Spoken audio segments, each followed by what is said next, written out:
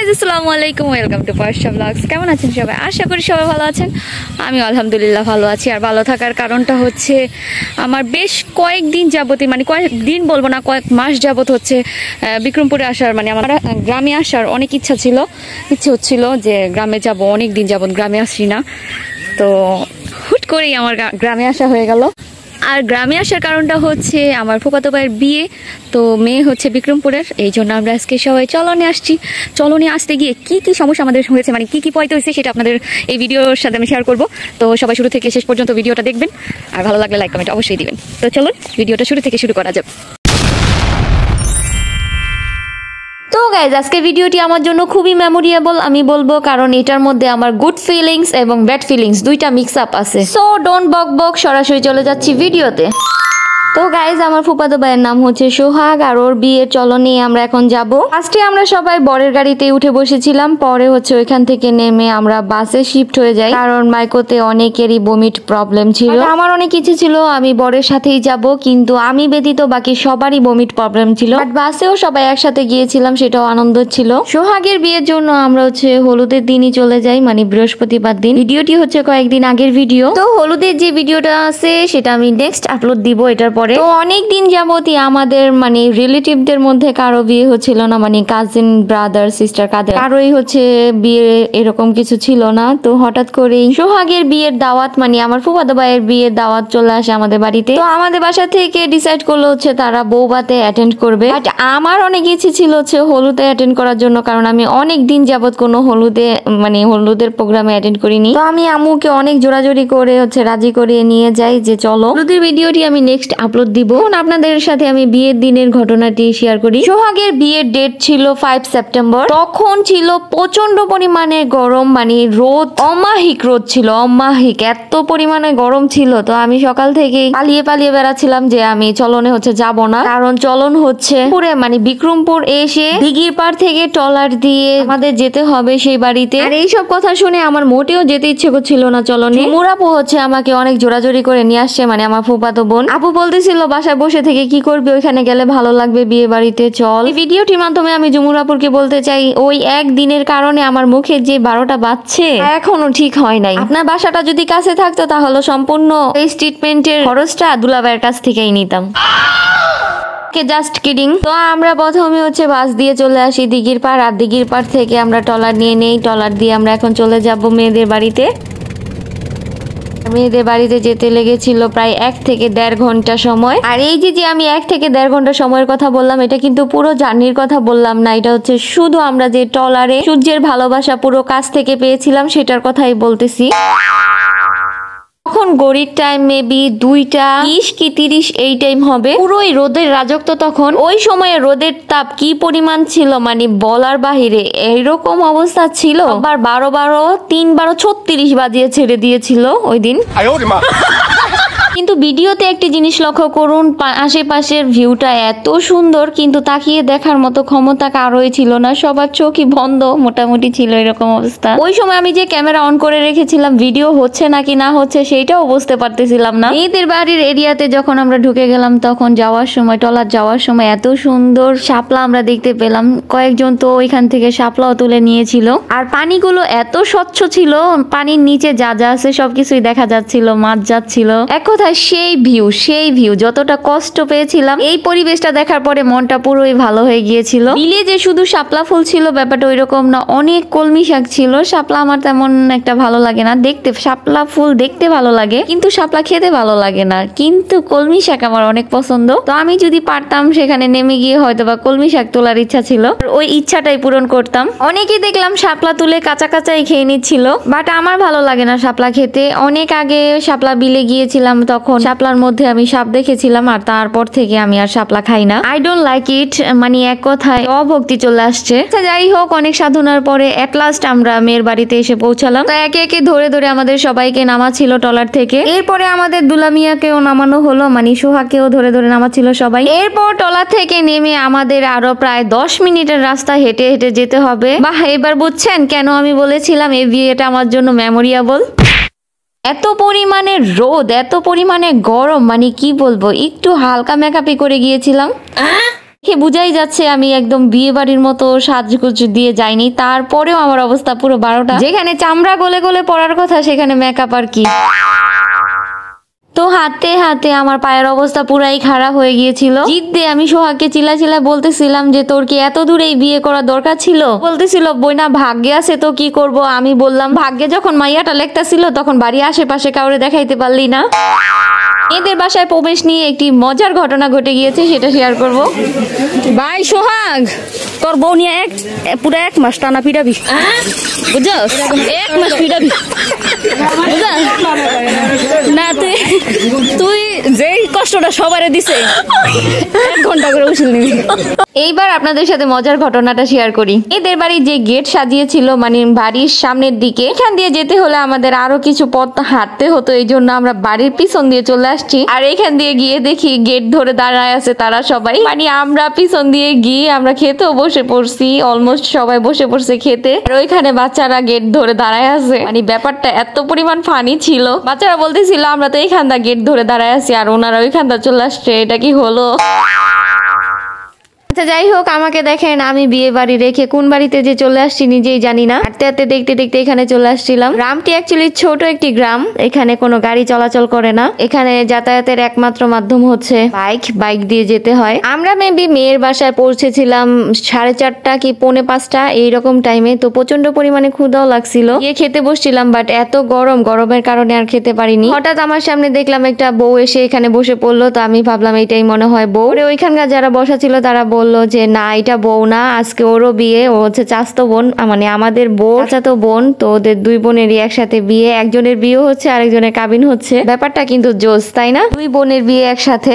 আচ্ছা যাই হোক, এরপরে আমি হাঁটতে হাঁটতে চলে গেলাম স্টেজের দিকে। আর স্টেজে গিয়ে দেখি ওইখানে আমাদের বরকে খেতে দেওয়া হয়েছিল আর বরের সাথে সবাই কারাকারি করে খাচ্ছিল। ওই সময় না আমার মেজাজটা এত পরিমাণ গরম ছিল, এইসব জিনিস যে আমি উপভোগ করব সেটার আমার মধ্যে এরকম কিছু ছিলই না। কারণ পুরো বাড়িটার মধ্যে কোথাও একটা ফ্যান ছিল না, একটা ঘরের মধ্যে ছিল আমি দেখলাম ফ্যান, যেটার মধ্যে আমার আপারা সবাই বসা ছিল। স্টেজে এই যে বর এখানে মানে কত যে গরম, এর মধ্যে কোনো ফ্যান ছিল না। আমার লাগতেছিল প্রচন্ড পরিমাণে গরম, মানে কিরকম যে লাগতেছিল ওই সময়টার মধ্যে আমি বুঝাতে পারবো না। আমি ওইখান থেকে গিয়ে হাঁটতে হাঁটতে একটা বাড়িতে চলে যাচ্ছিলাম, যে কোনো একটা বাড়িতে গিয়ে আমি একটু হয় ফ্রেশ হবো, হাত মুখ ধুবো, এরকম কিছু। আমার মনে হয় না এইরকম আর কখনো হয়েছে যে বিয়ে বাড়িতে চলনো গিয়ে কেউ হচ্ছে মেকআপ তুলে ফেলছে বা সাজুগুজু ধুয়ে ফেলছে, কিন্তু আমি করেছিলাম। হ্যাঁ আমি করেছিলাম। আর এই বাড়িতে আমি ঢুকতেছিলাম যে এখানে গিয়ে বলবো, এই বাড়িতে গিয়ে দেখি এইখানে আমাদের বউ দাঁড়িয়ে আছে। আমি ফার্স্টেই ঢুকে ওর সাথে পরিচিত হলাম যে আমি সোহাগের কাজিন। এরপর আমি ওইখানে একটি আন্টিকে বললাম যে আমাকে একটু সাবান অথবা কিছু দেওয়া যায় নাকি, আমি একটু মুখটা ধুবো আর ফ্রেশ হবো। লাকিলি ওইখান থেকে আমি একটি ফেস ওয়াশ পেয়ে যাই আর ওইটা দিয়ে আমি ফ্রেশ হই। দেন হচ্ছে আমার মাথায়ও আমি ইচ্ছা মতো পানি ঢালছি, মানে আমি বিয়ে বাড়িতে গেছি না কোথায় গেছি আই ডোন্ট নো, আমার মাথায় ছিল না, মানে আমার মাথায় ছিল যে আমার পানি ঢালতে হবে। আমার প্রচন্ড পরিমাণে খারাপ লাগতেছিল তখন। এইবার আমার কিছুটা হালকা হালকা ফিল হচ্ছিল আর ভালো লাগতেছিল। দেন হচ্ছে আমি আব্বুকে বলে একটু বাড়ির আশেপাশে ঘুরতে চলে গেলাম। জায়গাটা খুব খোলামেলা ছিল, আমার ভালো লাগতেছিল। আমি অনেকক্ষণ এখানেই ছিলাম। আমটিতে তেমন একটি ঘর বাড়ি নেই, কয়েকটা ঘর বাড়ি দেখলাম আমি, আর বাকি এরকম ফাঁকা জায়গায় দেখলাম। এখানে যাওয়ার আগে আব্বুকে বলে আসছিলাম যে আমি এখানে যাচ্ছি, যদি বিয়ে পড়ানো শুরু হয়ে যায় আমাকে কল দিও। তো একটু দূর যেতে না যেতে আব্বু বললো বাসায় চলে আসতে।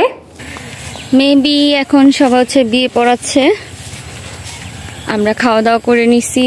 তো আমি এখান দিয়ে ঘুরে ঘুরে এখন বাসায় চলে যাচ্ছি। বিয়ে বাড়িতে গিয়ে দেখি বিয়ে পড়ানো হচ্ছে নাকি।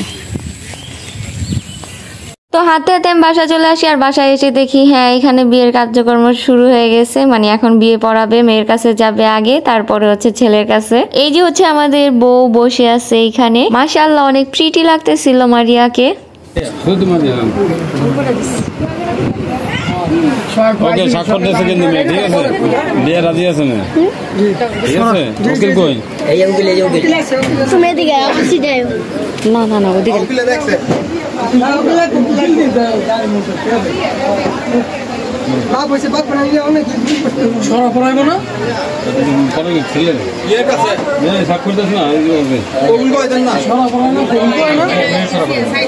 আচ্ছা, আমি যতগুলো বিয়ে দেখছিলাম সবগুলোতে মেয়েদেরকে আলহামদুলিল্লাহ অথবা কবুল এরকম কিছু বলতে বলে, বাট মারিয়াকে তারা কিছুই বলতে বললো না, জাস্ট একটা সিগনেচার নিল আর বললো হয়ে গেছে। ওইখানে সবাই এটা নিয়ে কথা বলছিল।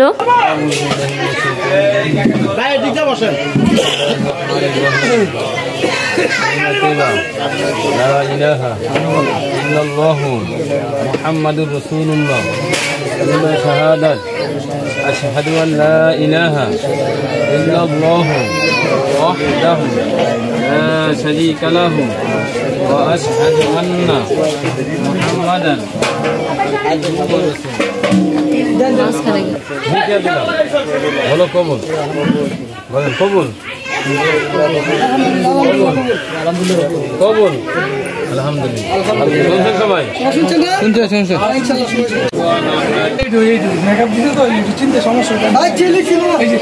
বিয়ের পরপরই সরাসরি সোহাগকে নিয়ে চলে আসলো বউ যে রুমে বসা ছিল ওই রুমে। আচ্ছা আমি কি বসবো না বসো না বসো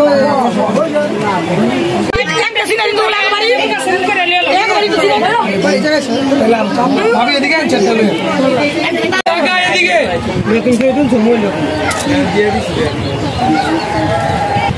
আপু তাকায় ভাই চলো বুঝো এটা দেখ কেমন নাই ভাইয়া দিকে বাইক চালাইছি এই যে গেট এটা সোজা করি ভাবি ভাই আটটা ঠিক আছে তো অনেক কেন সমস্যা না ওই বাইক আছে হাসি নেই কে এর মুখ কে মনে খাওন কম হয়ে গেছে রুস্টা কম হইছে ওই রুস্টা কম দিছে যে মারি একটু খাওয়া দাও যাওয়ার বিদায় দিবেন না আমি মিষ্টি খাওয়া দাও এই জুতা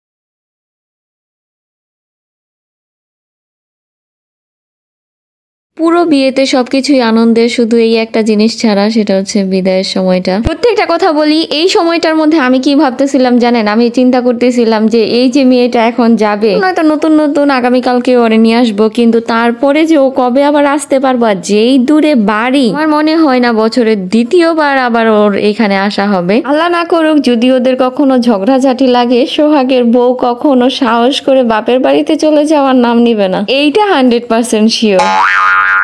আচ্ছা যাই হোক, মজা করতেছিলাম। আসলে এর থেকে যদি আরো বেশি দূরও হয়, যেমন যেতে 1-2 দিন লাগে, সেখানেও মানুষ বাপের বাড়িতে যায়, আর এটা তো মাত্র 3 থেকে 4 ঘন্টার ব্যাপার। আমি মারিয়াকে এটাই সাজেস্ট করব যে ওর বাপের বাড়িতে যেন ও শীতের সময় আসে, মানে উইন্টারে আসে, সামারে যেন না আসে। ওর দেখা যাবে আমার এত সুন্দর ভাইয়ের বউটা এক জার্নিতেই না ফেসের 12টা বাজিয়ে ফেলে। আমি এই ভিডিওটি এডিট করছি আফটার 1 মান্থ। ট্রাস্ট মি, এখনো আমার ফেস ঠিক হয় নাই। অনেকদিন যাবতই আমার গ্রামে যেতে ইচ্ছে করতেছিল, বিক্রমপুরে। আর সেই ইচ্ছাটি পূরণ হলো একটি ব্যতিক্রমপুরের গ্রাম দেখে। দেখেন আমাদের বিক্রমপুরের যে ঘরগুলো বিখ্যাত, সেই রকম কোনো ঘরই আমি ওই দিন দেখি নাই ওই গ্রামটিতে। যাই হোক, এরপরে আমরা সবাই মিলে আবার ট্রলারে উঠে গিয়েছিলাম। যেভাবে আমরা এসেছিলাম সেইভাবে আবার চলে যাব। বাট ব্যতিক্রম শুধু একটাই, এখন বর শুধু একা ছিল, এবার বর কনে দুজন একসাথে। নদীপথ পাড়ি দেওয়া শেষ হলো, এরপরে দিলাম আমরা স্থল পথ পাড়ি। এখানে যেতে যেতে আমরা অনেক ফান করতেছিলাম। সোহাগ